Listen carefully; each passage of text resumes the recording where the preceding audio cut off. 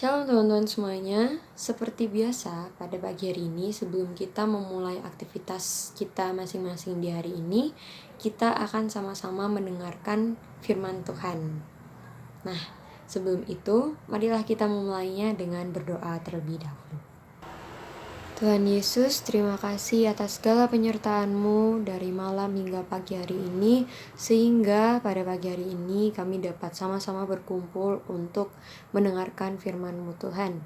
Tuhan, kiranya berkat-Mu selalu menyertai kami, dan kiranya apa yang sudah disampaikan melalui renungan ini nanti dapat berguna dan menjadi rema di kehidupan kami masing-masing.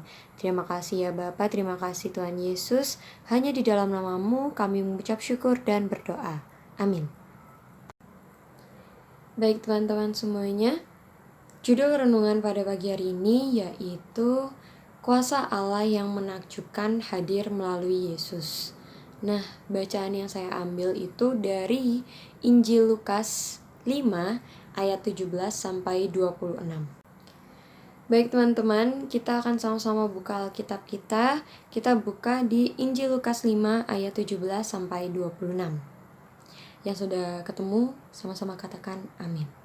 Amin. Oke teman-teman, karena bacaannya cukup panjang, kalian bisa membacanya sendiri. Dan di sini saya akan menyampaikan apa sih yang dapat kita jadikan bahan renungan dari Injil Lukas 5 ayat 17 sampai 26 ini. Dalam kisah awalnya itu disajikan kisah bagaimana Tuhan Yesus yang sedang mengajar di sebuah rumah yang di dalamnya itu terdapat banyak sekali orang yang datang dari Galilea, Yudea, dan Yerusalem untuk mendengarkan pelajarannya.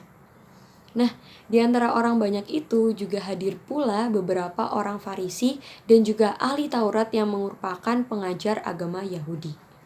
Saat di tengah-tengah sedang mengajar atau menyampaikan pengajarannya, datanglah sekumpulan orang yang sedang membawa orang lumpuh beserta kasurnya.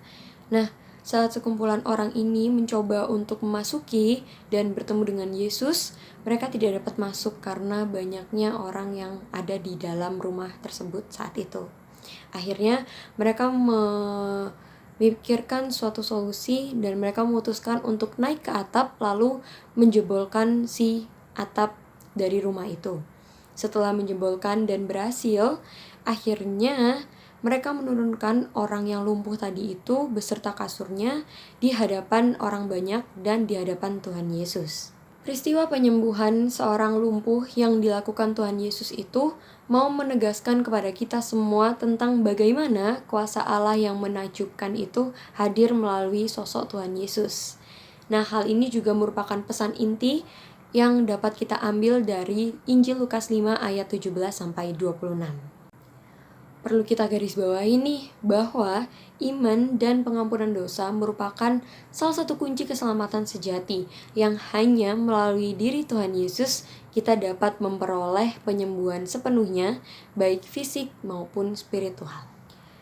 Hal pertama yang dapat kita garis bawahi yaitu tentang betapa menakjubkannya kuasa iman yang dimiliki oleh orang yang menderita lumpuh dan iman dari orang-orang yang membawa orang yang menderita lumpuh ini ke hadapan Tuhan Yesus.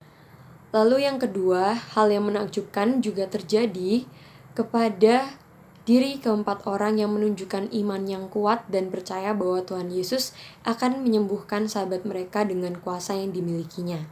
Nah, keempat orang yang dimaksud ini adalah sekumpulan orang yang tadi membawa sampai nekat untuk merusakkan plafon atau merusakkan atap hingga mereka berhasil membawa temannya yang lumpuh ini ke hadapan Tuhan Yesus lalu disembuhkan.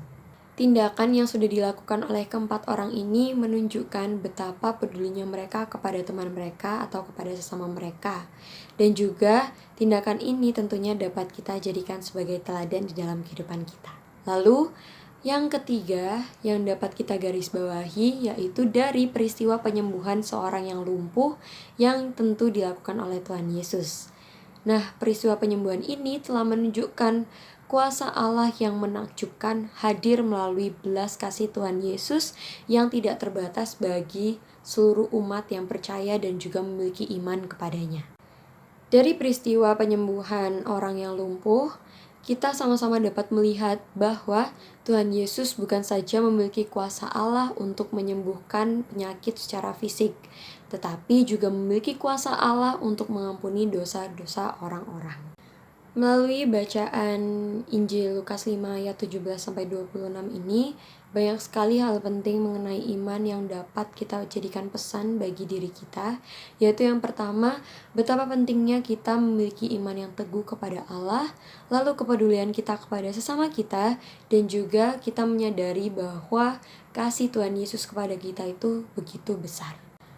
Maka selama kita menjalankan kehidupan kita di dunia ini, kita harus tetap aktif dalam pelayanan kita, dan kita harus selalu membangun kedekatan hubungan pribadi kita kepada Tuhan Yesus.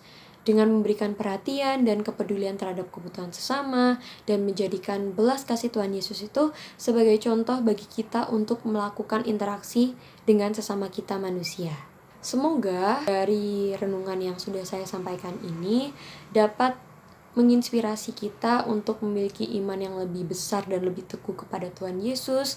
Lalu kita juga lebih lagi peduli kepada sesama kita, dan juga kita dapat menyebarkan belas kasih Tuhan Yesus yang sangat besar itu di dalam seluruh aspek kehidupan kita.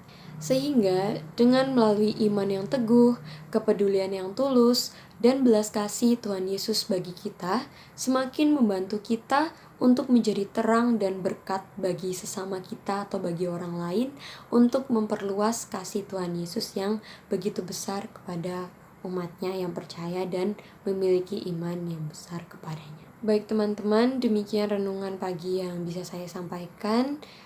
Semoga apa yang sudah disampaikan melalui firman Tuhan hari ini dapat menjadi rema di kehidupan kita, dan kita dapat lebih mengerti bahwa betapa besar kasih Tuhan yang sudah diberikan kepada kita.